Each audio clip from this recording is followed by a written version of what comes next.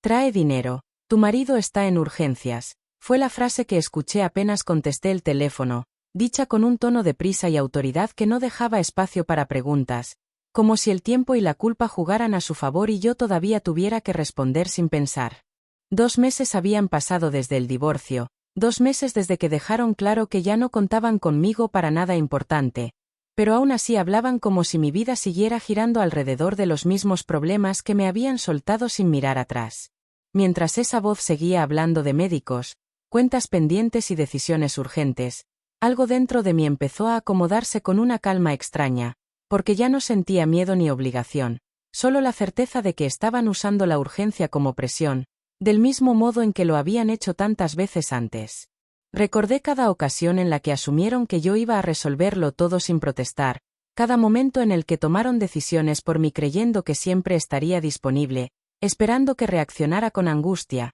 con culpa o con esa prisa que antes me dominaba. Esta vez no hubo lágrimas, no hubo carreras, no hubo disculpas, porque entendí que esa llamada no hablaba de una emergencia real, sino de poder, de costumbre y de la idea equivocada de que yo seguía ocupando el mismo lugar de siempre. Con la respiración firme y la mente clara, dejé que terminaran de hablar y entonces solté la única pregunta que jamás imaginaron escuchar. Una pregunta sencilla que rompía todas sus suposiciones y que marcaba el inicio de algo que ya llevaba tiempo preparándose. ¿Quién? Del otro lado, el silencio fue inmediato y pesado, y en ese instante supe que esa llamada no había llegado para pedirme ayuda, sino para descubrir demasiado tarde que ya no tenían ningún control sobre mí. Después de esa llamada, empezaron a moverse como si el problema ya estuviera resuelto, hablando con una seguridad exagerada que no dejaba espacio para la duda, convencidos de que la presión había surtido efecto y de que yo, como tantas veces antes, iba a aparecer sin hacer preguntas para cubrir lo que otros habían provocado. Entre comentarios confiados y frases dichas al paso, repetían que no había de qué preocuparse porque siempre terminaba haciendo lo mismo, como si el divorcio solo hubiera sido una palabra vacía y no una decisión real que había cambiado por completo las reglas del juego. En su mente, el tiempo estaba a su favor, porque daban por hecho que yo no iba a negarme, que la costumbre pesaba más que cualquier límite y que bastaba con mencionar una urgencia para que todo volviera a su lugar, ese lugar que creían que yo nunca iba a abandonar. Mientras se tranquilizaban unos a otros, nadie se detuvo a pensar en mi silencio, nadie se preguntó por qué no reaccioné con prisa ni por qué no pedí detalles, porque estaban demasiado ocupados celebrando una victoria anticipada que solo existía en su propia versión de la historia. Desde su perspectiva, mi calma era una señal clara de rendición y confirmaba la idea de que seguían teniendo el control, sin notar que esa tranquilidad aparente era justo lo que anunciaba que algo había cambiado de fondo y que ya no respondía a las expectativas que tenían de mí. Visto desde fuera, todo parecía inclinarse a su favor, pero esa confianza ciega era la prueba más clara de que no entendían nada, porque cuando alguien deja de reaccionar como siempre lo hizo, no es porque haya perdido fuerza, sino porque ya tomó una decisión que todavía no se ve. Mientras ellos seguían seguros de que todo estaba bajo control, apareció una confirmación que no necesitaba explicaciones ni dramatismo, un aviso claro que dejaba ver que ciertas decisiones tomadas con anticipación empezaban a dar resultados concretos. No era una amenaza ni un mensaje cargado de emoción, sino un documento simple y directo que demostraba que algunas cosas ya no estaban disponibles como antes, porque protegerse a tiempo también significa aprender a cerrar puertas sin hacer ruido. Al leer cada detalle con calma, quedó evidente que esa seguridad que mostraban tenía una grieta profunda, ya que aquello confirmaba que ciertos movimientos no coincidían con lo que daban por hecho ni con lo que pensaban que podían usar sin pedir permiso. Desde su lado, la confusión empezó a crecer de forma discreta, con comentarios cortados y preguntas que no se atrevían a formular completas, todavía convencidos de que se trataba de un error menor que se iba a corregir con una llamada o con un reclamo más firme. Mientras tanto, yo seguía en silencio, observando cómo intentaban entender una situación que ya no respondía a sus reglas habituales, sabiendo que cuanto más insistieran en forzar respuestas rápidas, más claro quedaría que el control que creían tener nunca fue tan sólido. Ese primer indicio no resolvía nada por sí mismo, pero marcaba un antes y un después, dejando claro que el cambio no había nacido del impulso ni del enojo, sino de una preparación cuidadosa que empezaba a mostrar sus consecuencias reales. Conforme avanzaban las horas, Esa inquietud que antes intentaban disimular empezó a volverse imposible de ocultar, porque ya no se trataba solo de dudas sueltas, sino de una realidad que aparecía una y otra vez cada vez que intentaban confirmar lo que creían seguro. En medio de llamadas cruzadas y revisiones apresuradas, salió a la luz algo que nunca imaginaron cuestionar, ya que siempre dieron por hecho que ciertos bienes, decisiones y permisos seguían intactos, sin considerar que el tiempo y los papeles también cambian cuando alguien deja de confiar a ciegas. Lo que descubrieron no era un truco ni una jugada ilegal, sino algo completamente válido, firmado y respaldado, una modificación hecha con calma que demostraba que varias cosas importantes ya no estaban bajo su control ni disponibles como antes, por más que intentaran forzar respuestas inmediatas. La sorpresa se convirtió en desconcierto cuando entendieron que aquello no había ocurrido de un día para otro, sino que llevaba tiempo en marcha, preparado sin ruido, mientras seguían actuando como si nada pudiera cambiar y como si mi papel en sus planes fuera eterno. Desde ese momento, la seguridad empezó a resquebrajarse, porque cada nueva confirmación reforzaba la misma idea incómoda, esa que nadie quería aceptar en voz alta, pero que ya era imposible de ignorar. El control que presumían nunca les perteneció del todo. Ahí fue cuando cayó la primera ficha de verdad, no con gritos ni escenas exageradas, sino con una comprensión lenta y pesada que les hizo ver que yo había tenido claridad desde mucho antes y que esa calma que tanto subestimaron era, en realidad, la señal de que todo ya estaba decidido. La tensión terminó de romperse cuando apareció alguien que ya no hablaba desde opiniones ni recuerdos, sino desde papeles oficiales y datos confirmados, dejando claro desde el primer momento que no estaba ahí para negociar emociones, sino para informar decisiones que ya estaban en curso. Con una calma que contrastaba con el nerviosismo del ambiente, explicó que existían registros formales, movimientos revisados y obligaciones activas que no dependían de acuerdos familiares, sino de procesos que avanzaban sin detenerse, incluso cuando nadie estaba preparado para enfrentarlos. Ante esa explicación, comenzaron los intentos de interrumpir, de corregir versiones y de minimizar la situación, pero cada palabra encontraba la misma respuesta firme, basada en fechas, firmas y consecuencias claras que no podían ignorarse ni cambiarse en ese momento. Durante esa exposición, se marcó un plazo breve y concreto, apenas unas horas para responder o presentar lo necesario, lo suficiente para generar una presión real y demostrar que el margen de maniobra que creían tener ya no existía como antes. Esa presencia oficial terminó de borrar cualquier ilusión de control, porque ya no se trataba de una conversación privada ni de una discusión donde alguien pudiera imponerse, sino de un proceso que seguía su curso sin escuchar excusas ni aceptar improvisaciones. Desde ese punto, quedó evidente que la situación había pasado un límite definitivo, ya que todo lo que vendría después no estaría en manos de promesas ni de intentos tardíos, sino de consecuencias reales que empezaban a cerrarse con firmeza alrededor de quienes jamás imaginaron llegar hasta ahí. Cuando el ruido bajó y las voces empezaron a perder fuerza, hice la llamada que había postergado a propósito, no para confrontar ni para discutir, sino para poner en palabras algo que llevaba tiempo preparado y que ya no necesitaba emoción para sostenerse. Hablé con calma, sin elevar el tono y sin reproches, porque después de meses de cargar con decisiones ajenas entendí que explicar sin rabia tiene más peso que cualquier reclamo, y porque ya no buscaba convencer a nadie, solo dejar claro cómo habían llegado hasta ese punto. Conté cómo durante años asumí responsabilidades que no me correspondían, cómo resolví problemas que no creé y cómo aprendí a guardar silencio cada vez que me pedían más de lo que daban, creyendo que así mantenía la paz, cuando en realidad solo alimentaba una costumbre que nunca tuvo límites. Expliqué que el divorcio no fue un impulso ni una reacción tardía, sino una decisión pensada con tiempo, acompañada de acciones concretas que tomé para protegerme, revisar papeles, ordenar cuentas y asegurarme de que nada quedara atado a promesas ni a confianzas rotas.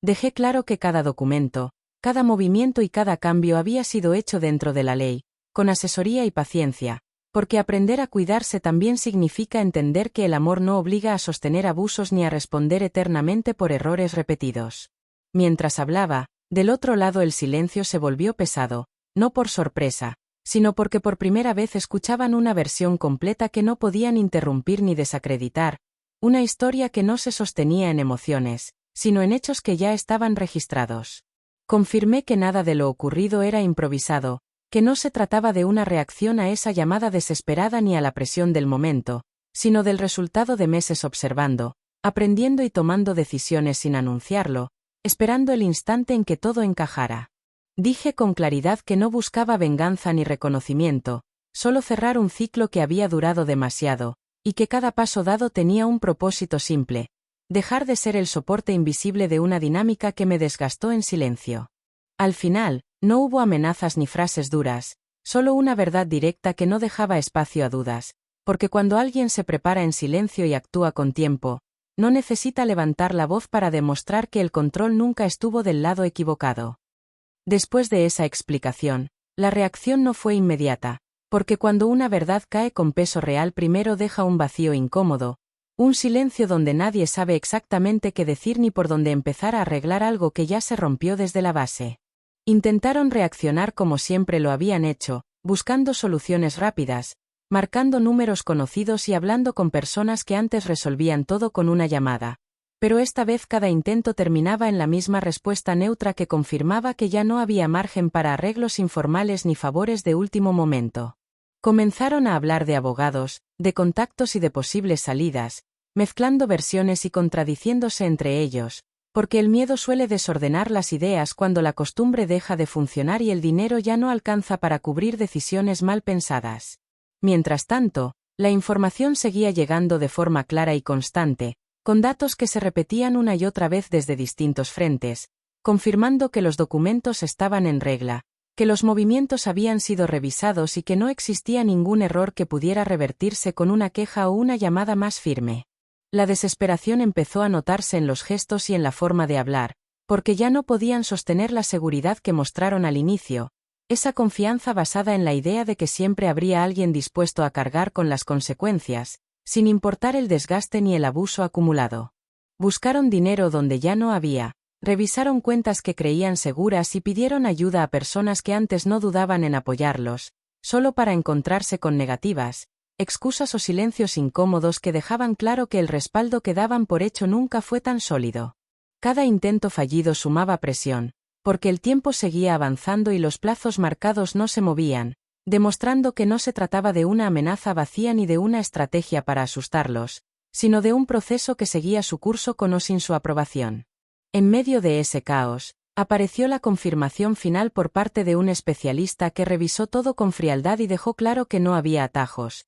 explicando que cada paso dado estaba dentro de la ley y que cualquier intento por frenar lo inevitable solo empeoraría la situación. Esa explicación fue el golpe más duro, porque eliminó la última esperanza de que todo pudiera resolverse como antes, dejando frente a frente una realidad que ya no podía maquillarse ni posponerse, una realidad donde las decisiones pasadas finalmente cobraban su precio. La certeza de que no existía salida fácil transformó el nerviosismo en pánico real, un pánico silencioso que no necesita gritos para sentirse, porque nace cuando alguien entiende que perdió el control de algo que creyó suyo durante demasiado tiempo. Ahí quedó claro que el problema ya no era solo económico ni legal, sino emocional, porque aceptar que ya no podían manejar la situación significaba reconocer que habían subestimado a la persona que siempre mantuvo todo en pie sin recibir nada a cambio. Ese desmoronamiento no ocurrió de golpe, sino en capas, con cada respuesta negativa, con cada puerta cerrada y con cada confirmación que reforzaba la misma idea incómoda, hasta que ya no hubo espacio para la negación y solo quedó enfrentar las consecuencias que tanto tiempo evitaron. El impacto dejó de ser solo palabras y papeles cuando llegó el momento de ejecutar lo que ya estaba decidido, porque una cosa es entender que se perdió el control y otra muy distinta es ver cómo esa pérdida se vuelve concreta frente a los ojos, sin posibilidad de discusión ni marcha atrás. Con instrucciones claras y tiempos definidos, comenzaron los pasos que nadie quería presenciar, revisiones que no admitían atajos y procedimientos que avanzaban con una calma incómoda, demostrando que todo lo que antes parecía abstracto ahora tenía forma, peso y consecuencias visibles. Documentos pasaron de mano en mano, listas fueron leídas con atención y cada indicación marcaba un límite más, porque ya no se trataba de promesas futuras ni de acuerdos verbales, sino de cumplir con lo establecido sin importar el orgullo ni la costumbre de imponer condiciones. La escena se volvió pesada cuando tuvieron que entregar llaves,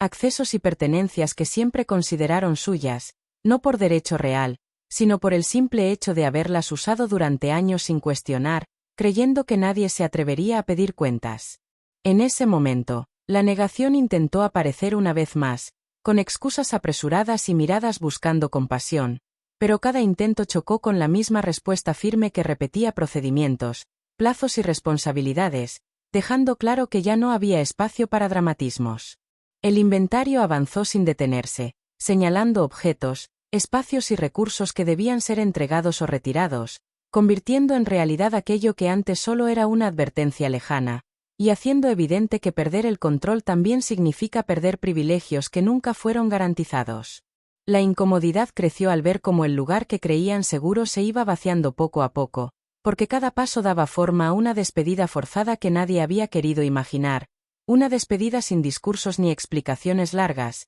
solo con hechos que no se podían discutir. Mientras eso ocurría, entendí que el golpe más duro no era material, sino simbólico, porque verse obligados a salir, afirmar y a aceptar límites frente a terceros rompía la imagen de poder que habían sostenido durante tanto tiempo sin cuestionamientos. El proceso continuó hasta el final sin acelerar ni suavizar nada, dejando claro que la consecuencia no era un castigo personal, sino el resultado directo de decisiones acumuladas, de abusos normalizados y de la certeza equivocada de que siempre habría alguien dispuesto a sostenerlos. Cuando todo quedó registrado y no hubo nada más que revisar, la sensación que llenó el espacio no fue alivio ni triunfo, sino un silencio pesado que marcaba el cierre definitivo de una etapa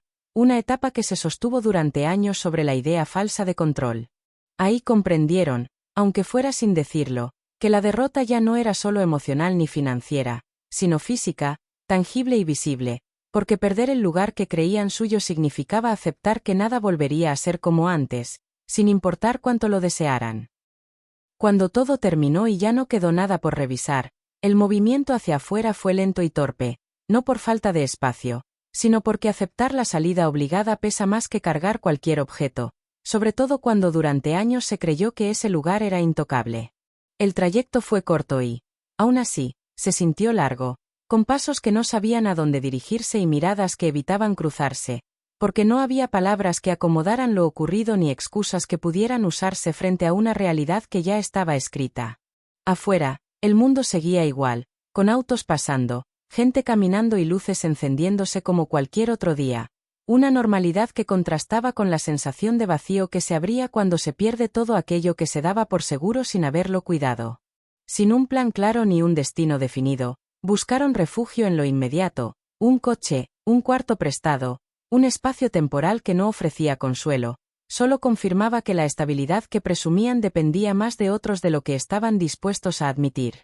El silencio se volvió incómodo y constante, porque ya no había órdenes que dar ni llamadas que hacer para imponer decisiones, solo el eco de pensamientos que regresaban una y otra vez al mismo punto, preguntándose en qué momento dejaron de tener el control que creían eterno. Durante ese desplazamiento forzado, cada detalle cotidiano se sentía distinto, desde cargar una bolsa hasta cerrar una puerta ajena, porque todo recordaba que el lugar perdido no era solo un espacio físico, sino una posición de poder que ya no existía. La derrota no necesitó escenas dramáticas ni reclamos públicos, ya que se manifestó de forma silenciosa, en la manera en que evitaban hablar del futuro y en cómo cualquier plan sonaba incierto, frágil y dependiente de factores que antes despreciaban. Mientras avanzaban sin rumbo claro, quedó evidente que no tenían nada sólido a lo cual aferrarse, porque cuando una estructura se sostiene en la costumbre y no en el respeto, basta un cambio para que todo se derrumbe sin hacer ruido.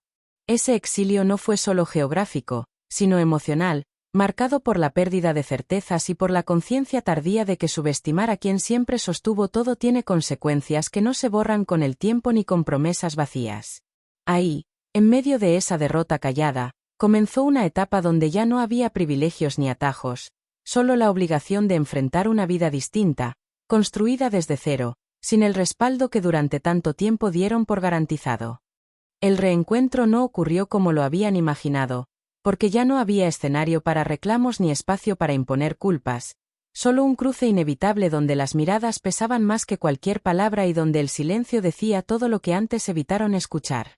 Llegué sin prisa y sin necesidad de explicar mi presencia, con una postura distinta y una calma que no fingía nada, porque cuando alguien deja atrás el miedo ya no necesita justificarse ni probar su valor frente a quienes lo subestimaron durante tanto tiempo. Las disculpas llegaron tarde y desordenadas, mezcladas con intentos de suavizar lo ocurrido y de reducirlo a un mal momento, como si el daño acumulado pudiera borrarse con frases aprendidas y promesas que ya no tenían sustento. Escuché sin interrumpir, no por consideración, sino porque entender el final también implica dejar que el otro se confronte con sus propias palabras, esas que ahora sonaban vacías al compararlas con los hechos que ya no podían negarse. Dejé claro, con un tono firme y sin elevar la voz, que no existía marcha atrás ni acuerdos pendientes, porque lo perdido no era solo material, sino la confianza, el respeto y el lugar que alguna vez ocupé sin que nadie lo valorara. Expliqué que cerrar esa etapa no significaba odio ni deseo de castigo,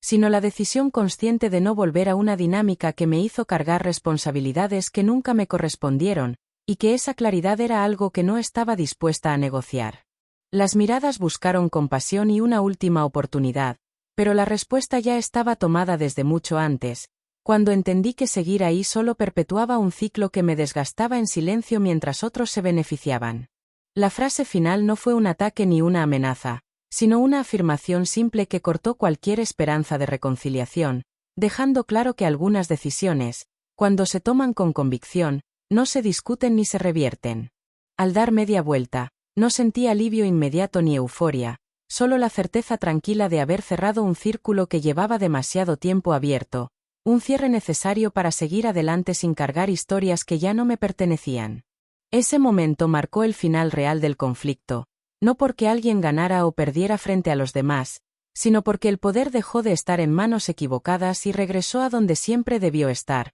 sin necesidad de aplausos ni explicaciones adicionales. Después de ese último encuentro, no hubo llamadas ni mensajes intentando reescribir la historia, porque cuando todo se ha dicho y decidido, el silencio deja de ser incómodo y se convierte en una confirmación de que ya no queda nada pendiente entre quienes siguieron caminos distintos. La vida continuó sin anuncios ni escenas dramáticas, con días que avanzaban uno tras otro mientras el eco de lo ocurrido se iba acomodando en su lugar, no como una herida abierta, sino como una lección que ya no dolía, pero tampoco se olvidaba. Ellos quedaron enfrentando una realidad más simple y más dura, sin privilegios ni atajos, aprendiendo a moverse en un mundo que ya no se adaptaba a sus exigencias, mientras entendían poco a poco que perder el control también implica aprender a vivir sin él. Yo, en cambio, empecé a ocupar espacios nuevos, no necesariamente más grandes, pero sí más honestos, donde cada decisión dependía solo de mí y donde el esfuerzo tenía sentido porque ya no estaba destinado a sostener vidas ajenas a costa de la propia. No hubo celebración ni necesidad de demostrar nada, porque la verdadera victoria no se mide en lo que otros pierden, sino en la tranquilidad que aparece cuando se deja de cargar con culpas que nunca fueron propias y con responsabilidades impuestas sin consentimiento. Cada paso hacia adelante se sintió distinto, más ligero, como si al soltar una historia pesada también se hubiera liberado el futuro, uno que ya no necesitaba explicaciones ni permisos para construirse de forma consciente. La última imagen que guardo no es la de una derrota ajena, sino la de una puerta cerrándose con suavidad detrás de mí, no como un castigo, sino como un límite claro que marcaba el inicio de una etapa donde el respeto ya no era negociable. Mientras avanzaba, entendí que subestimar a quien parecía débil siempre tiene un precio, porque la fortaleza real no se anuncia ni se impone, se construye en silencio hasta que ya no puede ser ignorada. Ese cierre no fue feliz ni triste, fue justo, y en esa justicia tranquila encontré algo que durante años me faltó. La certeza de que elegir cuidarse a tiempo también es una forma de valentía que cambia destinos sin hacer ruido. Así terminó una historia que comenzó con una llamada cargada de exigencias y terminó con una vida que por fin volvió a pertenecerme, demostrando que cuando alguien deja de aceptar menos de lo que merece, todo alrededor se ve obligado a cambiar.